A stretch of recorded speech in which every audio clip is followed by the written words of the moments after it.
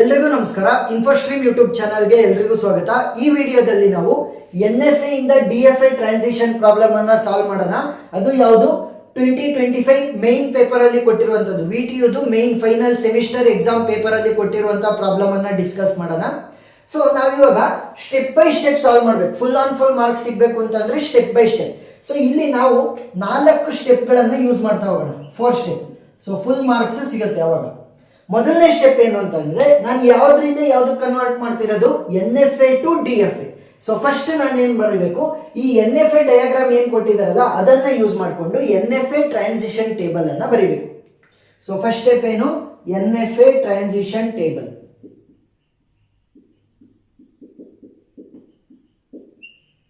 So ಇವಾಗ ಈ NFA transition table ಆಗಿರಲಿ, ಯಾವುದೇ ಟ್ರಾನ್ಸಿಷನ್ ಟೇಬಲ್ ಆಗಿರಲಿ, ಎಪ್ಸಿಲಾನ್ NFA ಟ್ರಾನ್ಸಿಷನ್ ಟೇಬಲ್ ಅಥವಾ DFA ಟ್ರಾನ್ಸಿಷನ್ ಟೇಬಲ್, ಯಾವುದೇ ಟ್ರಾನ್ಸಿಷನ್ ಟೇಬಲ್ ಆದ್ರೂ ಕೂಡ ನಾವು ಅದನ್ನ ರೆಪ್ರೆಸೆಂಟ್ ಮಾಡೋದು ಡೋ ಇಂದ. ಸರಿನಾ? ಯಾವುದೇ ಟ್ರಾನ್ಸಿಷನ್ ಟೇಬಲ್ ಆದ್ರೂ ಕೂಡ ಅದನ್ನ ರೆಪ್ರೆಸೆಂಟ್ ಮಾಡೋದು ಡೋ ಇಂದ. ಈಗ ಟೇಬಲ್ ಅನ್ನ ಕನ್ಸ್ಟ್ರಕ್ಟ್ ಮಾಡ್ಬೇಕಲ್ವಾ, ಅದರಲ್ಲಿ ರೋ ವೈಸ್ ಏನ್ ಬರೀಬೇಕು, ಕಾಲಮ್ ವೈಸ್ ಏನ್ ಬರೀಬೇಕು.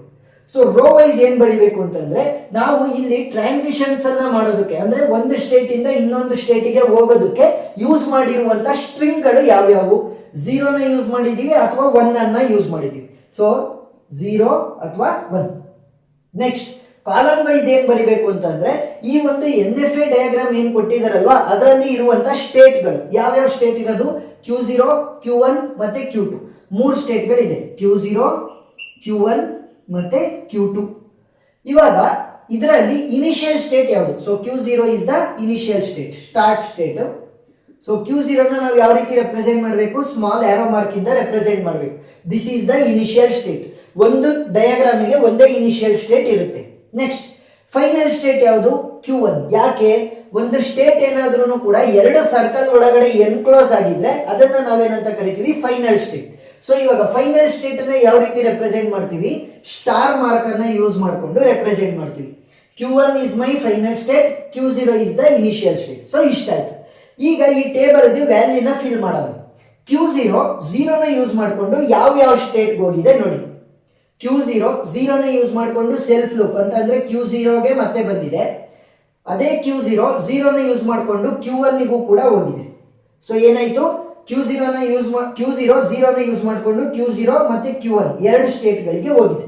ಇದನ್ನ ಕಾಂಬಿನೇಷನ್ ಅಲ್ಲಿ ಬರೀಬೇಕು. ನೆಕ್ಸ್ಟ್ Q0 1 ಅನ್ನ ಯೂಸ್ ಮಾಡ್ಕೊಂಡು ಎಲ್ಲಿಗೆ ಹೋಗಿದೆ, Q0 1 ಅನ್ನ ಯೂಸ್ ಮಾಡಿಕೊಂಡು Q1ಗೆ ಹೋಗಿದೆ. ನೆಕ್ಸ್ಟ್ Q1 0ನ ಯೂಸ್ ಮಾಡ್ಕೊಂಡು ಎಲ್ಲಿಗೆ ಹೋಗಿದೆ, Q1 0ನ ಯೂಸ್ ಮಾಡಿಕೊಂಡು Q2ಗೆ ಹೋಗಿದೆ. ನೋಡಿ, ಔಟ್ ಗೋಯಿಂಗ್ ಯಾರೋನ ಯೂಸ್ ಮಾಡ್ತಾ ಹೋಗ್ಬೇಕು. ನೆಕ್ಸ್ಟ್ Q1 1 ಅನ್ನ ಯೂಸ್ ಮಾಡಿಕೊಂಡು ಮತ್ತೆ Q2ಗೆ ಹೋಗಿದೆ. Q2 0ನ ಯೂಸ್ ಮಾಡ್ಕೊಂಡು ಎಲ್ಲಿಗೆ ಹೋಗಿದೆ, ಸೊ Q2 ಔಟ್ ಗೋಯಿಂಗ್ ಆರೋನ ನಾನು ನೋಡ್ಬೇಕಲ್ವಾ.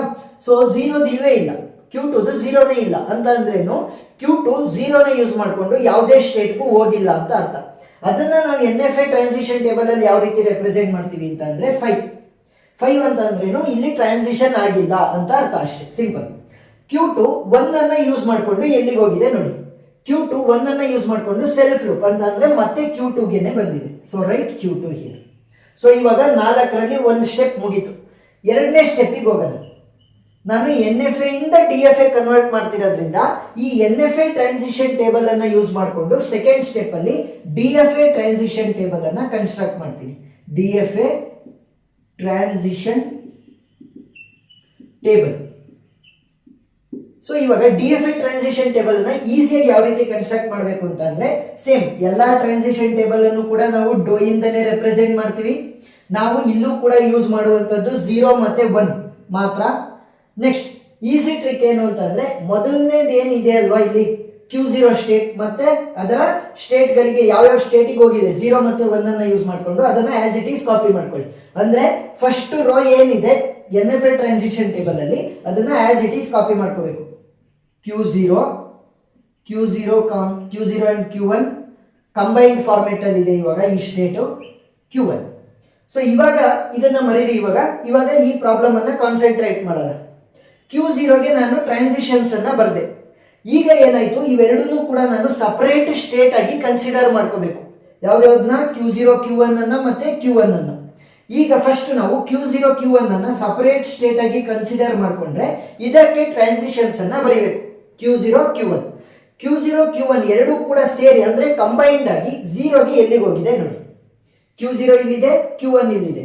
ಇವೆರಡೂ ಕೂಡ ಸೇರಿ ಝೀರೋಗೆ ಎಲ್ಲೆಲ್ಲಿಗೆ ಹೋಗಿದೆ, Q0 Q1 ಗೆ ಹೋಗಿದೆ, Q1 Q2 ಹೋಗಿದೆ. ಇವೆರಡೂ ಕೂಡ ಕಂಬೈನ್ಡ್ ಫಾರ್ಮೇಟ್ ಅಲ್ಲಿ ಬರಿಬೇಕು ಅಂತಂದ್ರೆ ಏನ್ ಬರಿಬೇಕು, Q0 Q1 Q2, Q0 Q1 Q2.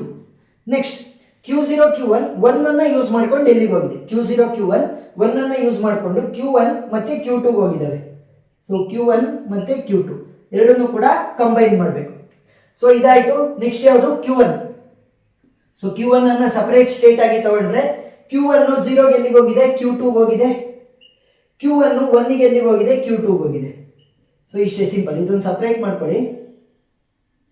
Next ಇವೆರಡು ಆಯಿತು. Q0 Q1 Q2 ಅದನ್ನ ತಗೊಳ್ಳಿ, Q0 Q1 Q2. So Q0 Q1 Q2 ಮೂರು ಸೇರಿ ಝೀರೋಗೆ ಎಲ್ಲೆಲ್ಲಿಗೆ ಹೋಗಿದೆ, Q0 Q1 Q2 5 ಅನ್ನ ಬರೆಯುವಂತ ಅವಶ್ಯಕತೆ ಇಲ್ಲ.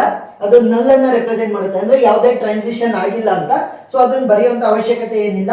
Q0 Q1 Q2 ನ ಬರೆದ್ರೆ ಸಾಕು. Q0 Q1 Q2. ನೆಕ್ಸ್ಟ್ 1 ಅನ್ನ ಯೂಸ್ ಮಾಡ್ಕೊಂಡು ಎಲ್ಲಿಗೆ ಹೋಗಿದಾವೆ, Q1 Q2 Q2. ಸೊ ಯಾವ ರೀತಿ ಬರೆಯೋದು, Q1 Q2 ಬರೆದ್ರೆ ಸಾಕು. ಇಲ್ಲಿ ಎರಡು ಸಲ ರಿಪೀಟ್ ಆಗಿದೆ Q2, ಎರಡು ಸಲ ಬರೆಯುವಂಥದ್ದೇನಿಲ್ಲ, Q1 Q2 ಮಾತ್ರ. ಸೊ Q0 Q1 Q2 ಆಯಿತು. Q1 Q2. ಸೊ ಇವಾಗ Q1 Q2ಗೆ ನಾವು ಟ್ರಾನ್ಸಿಷನ್ಸ್ ಅನ್ನ ಬರೀಬೇಕು. Q1 ಮತ್ತೆ Q2 ಝೀರೋಗೆ ಎಲ್ಲೆಲ್ಲಿಗೆ ಹೋಗಿದೆ, Q2 ಮತ್ತೆ 5 ಬರೆಯಂಗಿಲ್ಲ, ಕೇವಲ Q2 ಮಾತ್ರ ಬರೀರಿ ಸಾಕು. Q1 Q2 1 ಅನ್ನ ಯೂಸ್ ಮಾಡ್ಕೊಂಡು ಎಲ್ಲಿಗೆ ಹೋಗಿದೆ, Q2 ಮತ್ತೆ Q2. ಸೊ ರಿಪೀಟ್ ಆಗಿ ಬರೆಯುವಂಥದ್ದೇನಿಲ್ಲ, ಕೇವಲ ಒಂದ್ಸಲಿ ಬರೆದ್ರೆ ಸಾಕು. Next Q2. So Q2 transitions ಅನ್ನ ಬರೆಯೋಣ. Q2 ಎಲ್ಲೆಲ್ಲಿಗೆ ಹೋಗ್ತಾ ಇದೆ ಅಂತ. ಸೊ Q2 ಝೀರೋಗೆ ಎಲ್ಲಿಗೂ ಹೋಗ್ತಾ ಇಲ್ಲ. 5 ಅನ್ನ ಇಲ್ಲಿ ಬರಿಬಾರ್ದು. DFA ಟ್ರಾನ್ಸಿಷನ್ ಟೇಬಲ್ ಅಲ್ಲಿ 5 ಅನ್ನ ಬರಿಬಾರ್ದು. ಸೊ ಅದನ್ನ ಹಂಗೆ ಖಾಲಿ ಬಿಡ್ರಿ. ಸೊ ಅಂದ್ರೆ ಅದು ಎಲ್ಲಿಗೂ ಹೋಗ್ತಿಲ್ಲ ಅಂತ ಖಾಲಿ ಬಿಟ್ರೆ ಆಯ್ತು. Q2 1 ಅನ್ನ ಯೂಸ್ ಮಾಡ್ಕೊಂಡು ಎಲ್ಲಿಗೆ ಹೋಗ್ತಾ ಇದೆ, Q2 ಹೋಗ್ತಾ ಇದೆ. Next Q2. So Q2 already ಬರ್ದಾಗಿದೆ. ನೆಕ್ಸ್ಟ್ Q0 Q1 Q2 ಅದ್ರದ್ದು ಕೂಡ ಆಲ್ರೆಡಿ ಬರ್ದಾಗಿದೆ, ಬರ್ದಿದ್ರೆ ಮತ್ತೆ ಬರೆಯಂಗಿಲ್ಲ. Q1 Q2. So Q1 Q2 ಕೂಡ ಆಲ್ರೆಡಿ ಟ್ರಾನ್ಸಿಷನ್ಸ್ ಅನ್ನ ಬರ್ದಾಗಿದೆ. Q2 ಕೂಡ ಆಲ್ರೆಡಿ ಬರ್ದಾಗಿದೆ, Q2 ಆಲ್ರೆಡಿ ಬರ್ದಾಗಿದೆ. ಸೊ ಇವಾಗ ನಾವು ಏನು ಹೊಸದಾಗಿ ಸ್ಟೇಟ್ ಗಳನ್ನ ಜನರೇಟ್ ಮಾಡಿದ್ವಿ, ಸೊ ಅಷ್ಟಕ್ಕೂ ಕೂಡ ನಾವು ಟ್ರಾನ್ಸಿಷನ್ಸ್ ಅನ್ನ ಬರ್ದ್ವಿ.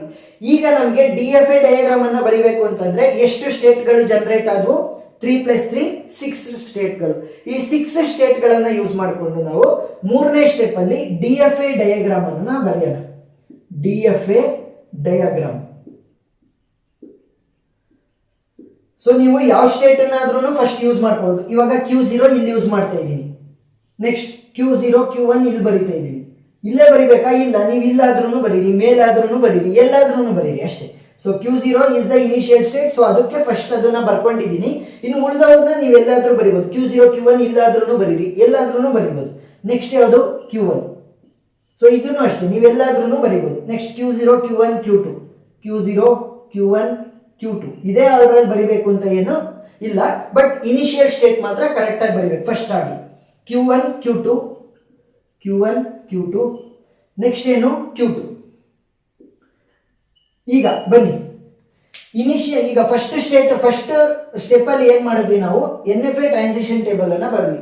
ಅಲ್ಲಿ ಇನಿಷಿಯಲ್ ವ್ಯಾಲ್ಯೂ Q0. ಸೊ ಒಂದು ಡಯಾಗ್ರಾಮ್ ಅನ್ನ ತಗೊಂಡ್ರೆ NFA ಆಗಿರ್ಲಿ, DFA ಆಗಿರ್ಲಿ, ಎಪ್ಸಿಲಾನ್ NFA ಆಗಿರ್ಲಿ, ಏನೇ ಆಗಿರ್ಲಿ, ಅದಕ್ಕೆ ಒಂದೇ ಒಂದು ಇನಿಷಿಯಲ್ ಸ್ಟೇಟ್ ಇರುತ್ತೆ.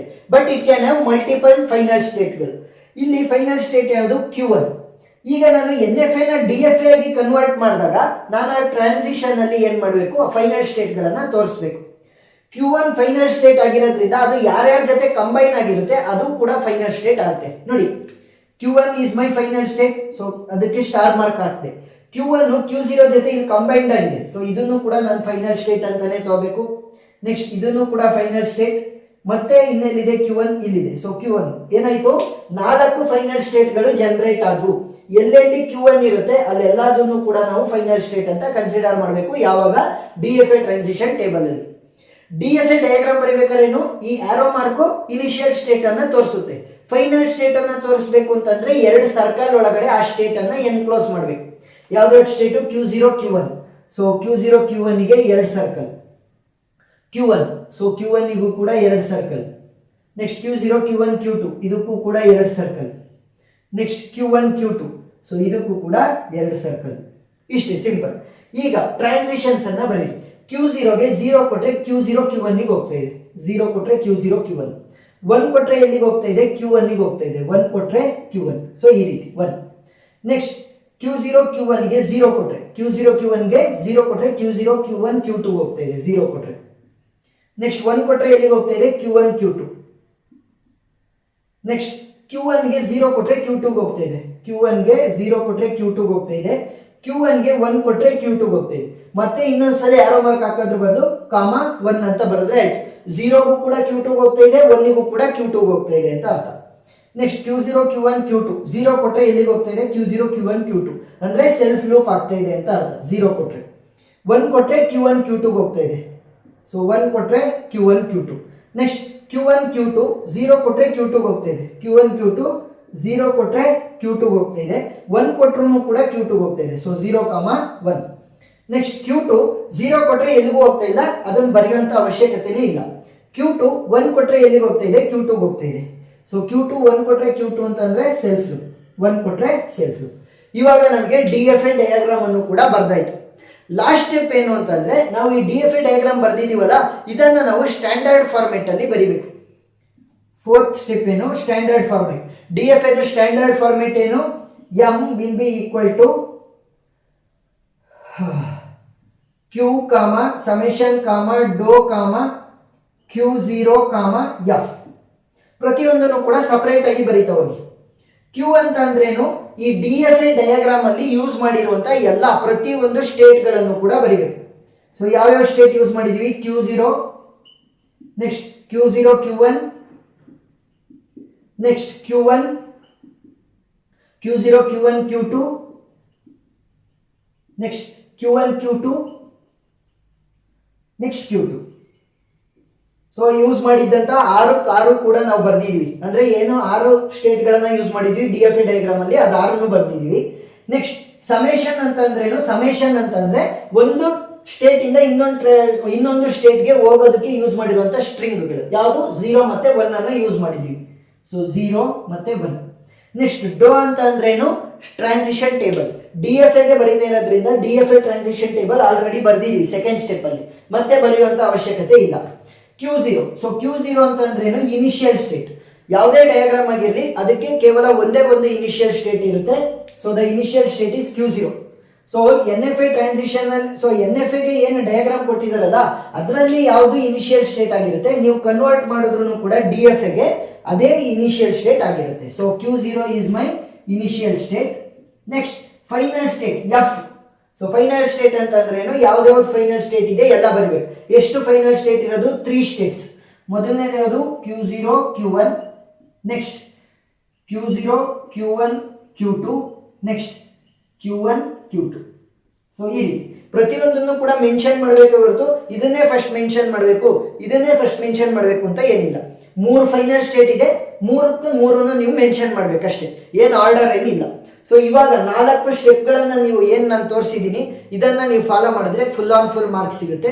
ಏನಾದ್ರೂ ಡೌಟ್ ಇದ್ರೆ ಕಮೆಂಟ್ ಸೆಕ್ಷನ್ ಅಲ್ಲಿ ತಿಳಿಸಿ. ನಾನು ಇವಾಗ ಸೈಡಿಗೆ ಹೋಗ್ತೀನಿ, ನೀವು ಬೇಕಾದ್ರೆ ಸ್ಕ್ರೀನ್ ಶಾಟ್ ಅನ್ನ ತಕ್ಕೋಬಹುದು ಬೋರ್ಡ್ದು. ಏನಾದ್ರೂ ಡೌಟ್ ಇದ್ರೆ ಕಮೆಂಟ್ ಸೆಕ್ಷನ್ ಅಲ್ಲಿ ತಿಳಿಸಿ, ನಾನು ಕ್ಲಾರಿಫೈ ಮಾಡ್ತೀನಿ. ವಿಡಿಯೋ ಇಷ್ಟ ಆಗಿದ್ರೆ ಸಬ್ಸ್ಕ್ರೈಬ್ ಆಗೋದನ್ನ ಮರಿಬೇಡಿ. ಮತ್ತೆ ಇದೇ ಟಾಪಿಕ್ ಮೇಲೆ ಇನ್ನೂ ಜಾಸ್ತಿ ಪ್ರಾಬ್ಲಮ್ಗಳನ್ನ ನಾವು ಸಾಲ್ವ್ ಮಾಡಿದೀವಿ, ಆ ಎಲ್ಲ ವಿಡಿಯೋಗಳು ನಿಮಗೆ ಡಿಸ್ಕ್ರಿಪ್ಷನ್ ಅಲ್ಲಿ ಸಿಗುತ್ತೆ. Thank you.